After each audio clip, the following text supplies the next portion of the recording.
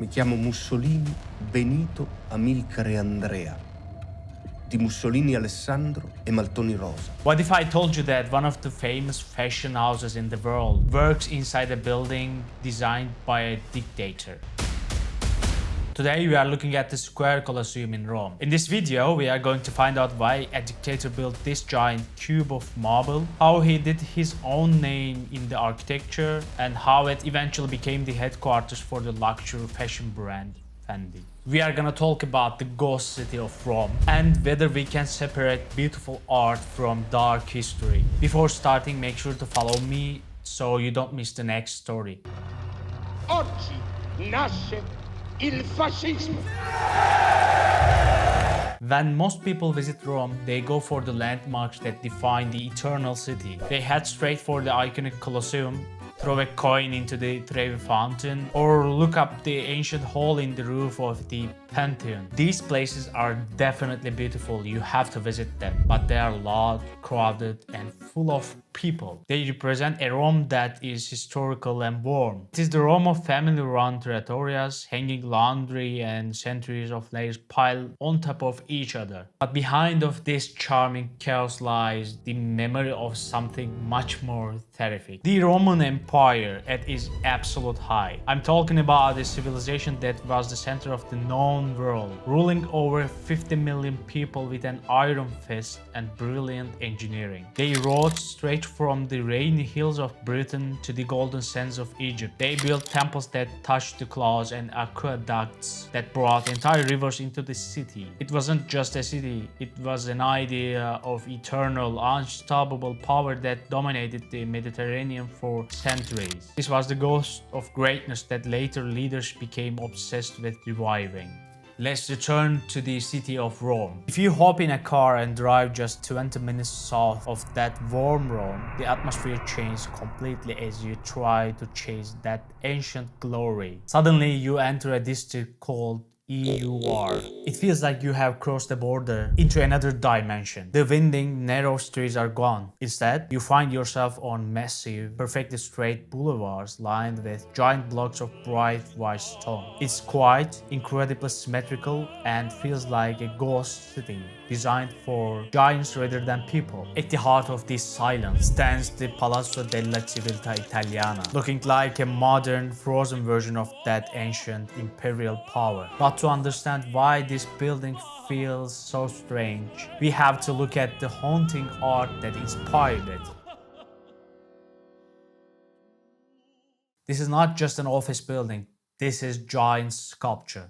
While most architects at the time were arguing about how to make buildings more useful or modern, the creators of this palace were focused on how to make it dreamlike. They used a style called rationalism, which loves simple logical shapes like cubes. However, they added a surreal twist that makes the building feel like it belongs in a different reality altogether. The design was heavily influenced by the famous painter Giorgio de Chirico. If you have ever seen his work, you know his paintings are famous for lonely shadows, empty city squares, and a feeling that time has completely stopped. The Square Colosseum is essentially a De Chirico painting brought to life in 3 dimensions. Its arches are not just windows, they are deep, dark voids that play with the sun all day long. As the light changes, the building seems to breathe, moving from a bright, blinding white to a deep, ghostly gray. Even the massive statues at the corners, the Dioscuri horses, were not put there just for decoration. These figures represent the mythical twin brothers Castor and Pollux, and they were meant to act as guardians of the building. By placing these ancient-style statues next to such a modern, sharp building, the architects created a bridge between the myths of ancient Rome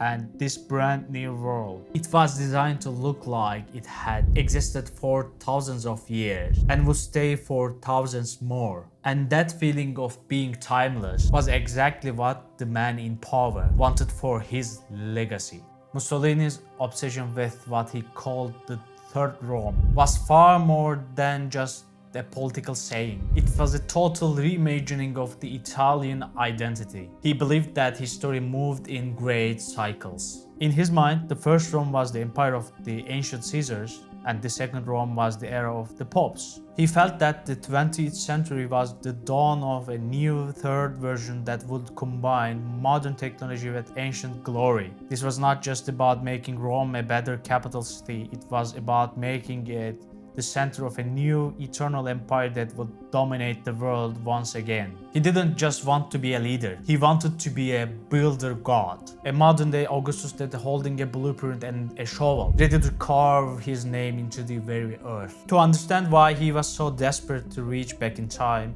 we have to look at the staggering, terrifying scale of the original Roman Empire. At its peak, Rome was the beating heart of a civilization that ruled over 50 million people. They didn't just control land, they mastered nature itself. They built roads that stayed perfectly straight for hundreds of miles, massive aqueducts that moved entire rivers into the city, and temples so vast they made common citizens feel like they were standing in the presence of gods. This was the greatness Mussolini wanted to recreate. A sense of absolute power, perfect order, and permanence that had been missing from Italy for over 1,000 years. He wanted the world to look at his buildings and feel that same ancient fear and respect. However, to build this new polished version of Rome, Mussolini decided that the current city was in his way. He began what historians call urban surgery, a violent and drastic transformation of the city's landscape. He didn't just want to add new buildings, he wanted to liberate the old ones. He ordered the destruction of thousands of medieval houses, small Renaissance churches, and narrow, lively alleys where families had lived for centuries. To him, these were just clutter and filth that hid the ancient ruins. By tearing down these messy layers of history, he hoped to reveal the clean, hard bones of the Roman Empire underneath. He wanted a Rome that looked like a parade ground, stripped of its human warmth and narrowed down to a single cold imperial vision. This vision was not confined to the city center. It was designed to march outward in a straight line to the future. Mussolini wanted a perfect path that started at the ancient ruins of the Caesars and stretched all the way to the Mediterranean Sea. He built wide, massive boulevards to connect the old monuments to his brand new empire in the south, the EUR district. The square Colosseum was intended to be the ultimate destination of this path, a modern temple placed at the end of a road that linked to the glory of the past, to the power of the future. He was essentially trying to delete 1,500 years of history to prove that he was the only true successor to the Caesars. But this wasn't just about clearing space, it was about using that space to control how every single person felt when they walked through it. Everything in this third Rome was designed with a psychological purpose.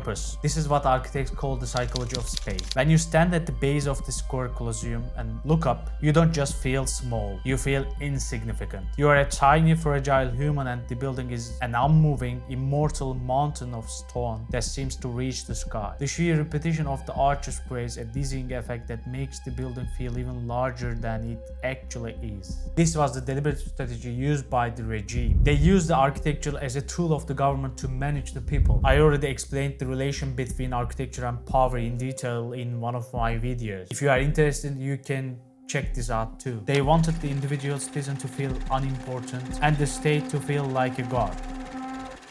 By making the ceiling so high that your voice echoes and the halls so cold and wide, they were teaching people to feel amazement and obedience at the same time. It's a physical way of saying the government is eternal and powerful and you are just a temporary visitor in its world. The goal was to leave you blown away by its size so that you would never even think to question the power that built. If the building looks like it can't be moved or destroyed, then surely the government that built it is just as strong. It was a way to build support or consent without saying a single word. It was a silent, architectural form of brainwashing. And if you look very closely at those giant walls, you'll find that Mussolini even found a clever way to hide his own signature in the design. This is where the story starts to feel like a mystery novel. Most people look at the arches and see beautiful rhythmic patterns, but there's a hidden code buried in numbers. On every side of the building, there are exactly 9 arches across and 6 arches down.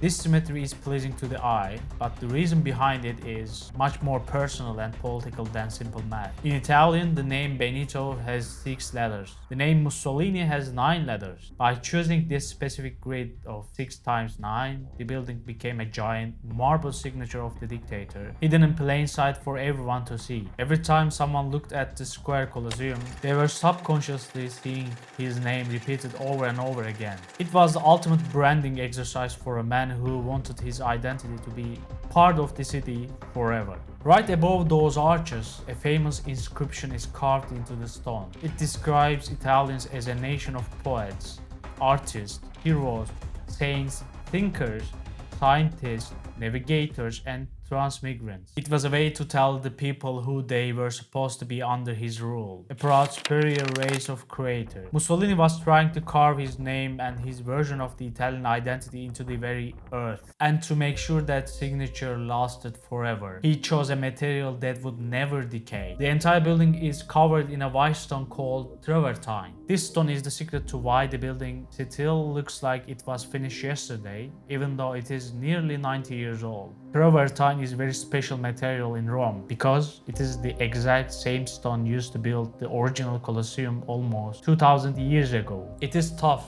it is bright, and it carries the weight of history. Back in the 1930s, the rest of the world was experimenting with modern materials like glass, steel, and concrete. Architects in New York and London were building skyscrapers that looked toward the future. But Mussolini refused. He wanted stone because stone represents the eternity. Glass breaks and steel eventually rusts, but stone stays. He wanted his buildings to look like they grew out of the ground along with the ruins of the Caesars, making his regime feel just as permanent. By using travertine, he was trying to borrow the glory of ancient Roman Empire to make his own future look unbreakable and solid. He wanted people to feel like his regime was a natural part of Rome's history that would never crumble. He was not just building an office, he was building a legend out of rock. But while the stone survived the rest of time, the regime did not, leaving behind a beautiful but empty shell that no one knew what to do with it. When the war ended and the regime fell, the building became what the Italians wanted to forget. It was massive, expensive, and